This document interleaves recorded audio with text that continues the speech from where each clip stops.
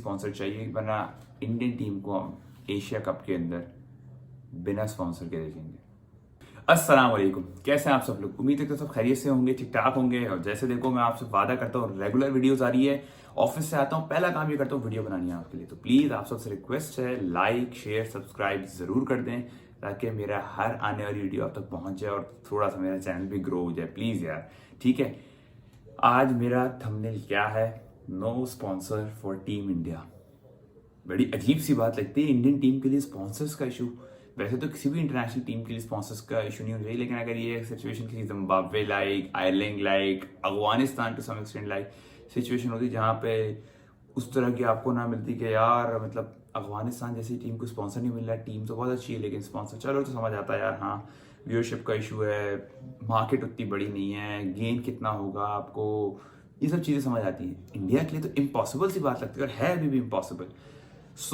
No मैं आपको current update दे दूं। अपडेट तो सब तक पहुंची होगी। इंडिया में एक गेमिंग बिल लाया गया है जो बेसिकली उनकी इस चीज़ के ऑपोजिट में लाया गया कि जितनी भी गैम्बलिंग ऐप्स है, गेमिंग बिल्स हैं, जितनी भी गैम्बलिंग ऐप्स है जिस पे बैठकर आप ऑनलाइन मतलब खेल सकते हैं, गेम्स खेल सकते हैं कि भाई ये टीम आज जीतेगी, वो टीम आज जीतेगी, ड्रीम इलेवन है, जैसे पाकिस्तान में 1xBet है, इस तरह की जितनी भी एप्स हैं उनको बैन कर दिया गया इंडिया के अंदर। और इसकी सबसे बड़ा इम्पैक्ट हमें नजर आया कहाँ?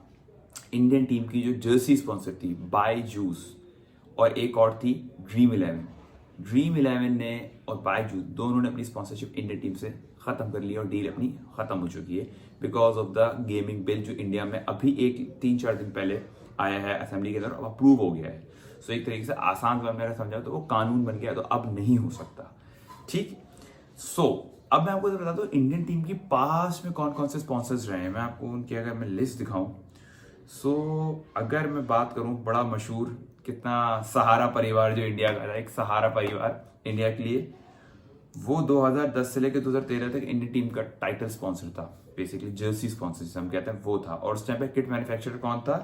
नाइक था, नाइकी जिसे हम कहते हैं, नाइकी था किट स्पॉन्सर। उसके बाद 2014 से 17 तक स्टार स्पोर्ट्स रहा, star India, basically star sports नहीं, स्टार इंडिया। उस टाइम पे भी आपका किट मैन्युफैक्चरर नाइकी था। उसके बाद कौन था? 2017 से 19 तक ओप्पो था। उसके बाद चाइना से हालात खराब हुए इंडिया के और थोड़ा सा एक कहते हैं ना टेंशन बढ़ गई, तो इंडिया ने बाइकआउट करने शुरू किए चाइनीज प्रोडक्ट्स को। उसके बाद ओप्पो भी हट गया।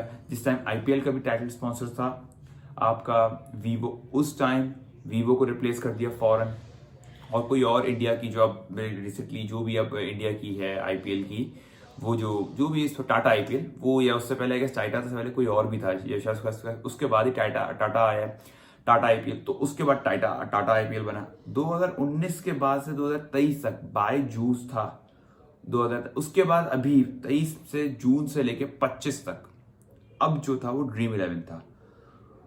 और साथ किट मैन्युफैक्चर एडिडास था जो किट्स बनाता था। अब हुआ ये है, मसला ये कि जब से वो आया है ड्रीम इलेवन के लिए, तब से स्पॉन्सरशिप्स कैंसिल हो गई हैं।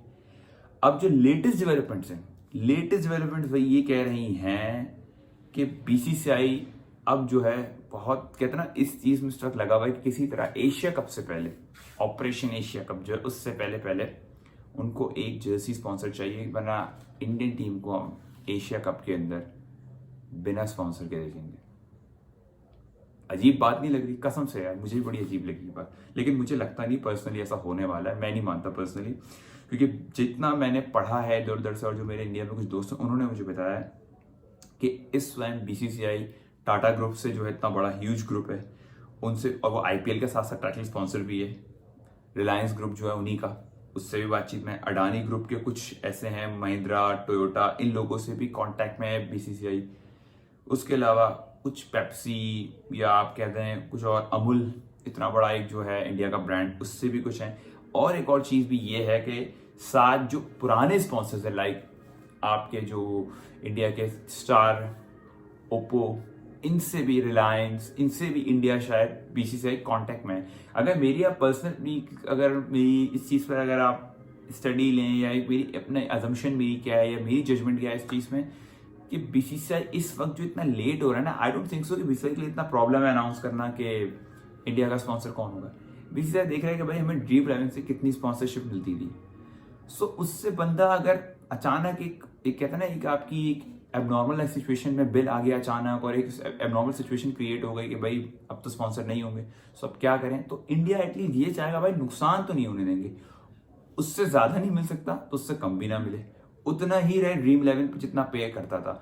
अब देखना ये है कि उस चीज में कामयाब हो पाते हैं। मेरे ख्याल से ऐसा नहीं है कि कंपनीज नहीं है इंडिया को स्पॉन्सर करने के लिए, बहुत कंपनीज, सच बता रहा हूँ मैं आपको, अगर सच्चाई सुननी है, इंडिया इस टाइम ना लाइन में खड़े हुए होंगे स्पॉन्सर, और बीसीसीआई देख रहा होगा कि यार किससे स्पॉन्सरशिप लेनी है। स्पॉन्सरशिप के तो कद्दू मसले नहीं आ सकते इंडिया को, ये तो मैं मानने को तैयार नहीं हूँ बात। जो लोग मजाक उड़ा रहे हैं बहुत ही बड़े बेवकूफ है, उनको जरा सा सेंस नहीं है। ट्रोलिंग के लिए उड़ाना है तो उड़ा लो, बाद में एक रद्दी बराबर भी सच्चाई नहीं है, ना एक लॉजिक है ना सेंस है।